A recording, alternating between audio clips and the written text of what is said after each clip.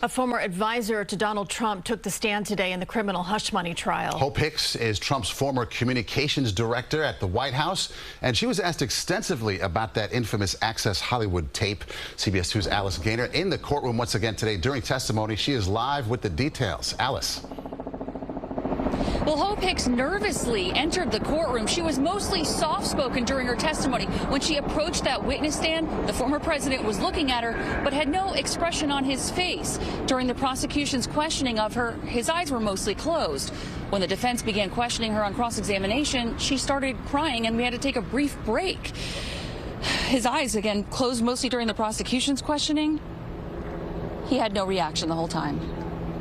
Former White House Director of Communications Hope Hicks took the stand telling the court, "I'm really nervous." She began with flattering testimony of her former boss, calling him a very good multitasker who is better than anybody at communicating and branding. Hicks explained receiving an October 2016 email from a journalist seeking comment about the Access Hollywood tape, during which Trump is caught on a hot mic talking about grabbing women. She forwarded the email to aides Jason Miller, Kellyanne Conway, and Steve Bannon, writing, "Need to hear the tape to be sure. Deny, deny, deny."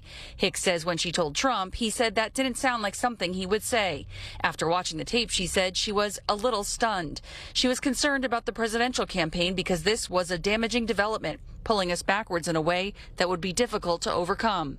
Another email she received from a journalist asked for comment regarding a payment from American Media Inc. to Playboy model Karen McDougal. She called AMI's CEO David Pecker, who told her Karen McDougal was paid for magazine covers and fitness columns, and that it was all very legitimate, and that was what the contract was for. Pecker previously testified that the agreement was written to disguise the true nature of the payment, buy her story, and not publish it to protect Trump, his longtime friend's campaign.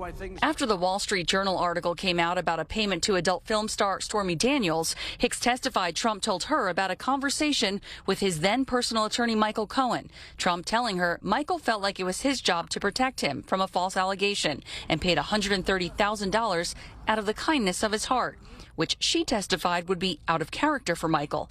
"I didn't know Michael to be an especially charitable person or a selfless person." Trump is charged with 34 counts of falsifying business records related to alleged reimbursements to Cohen for the Daniels payment, logged as legal expenses. There was no crime. Everything was legal.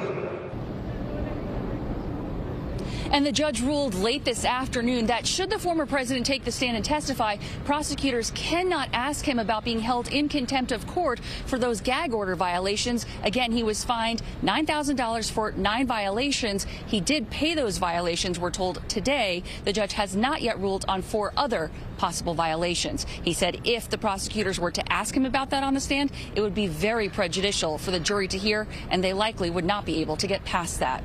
Live outside of Manhattan Criminal Court, Alice Gaynor, CBS 2 News. Okay, Alice, thank you.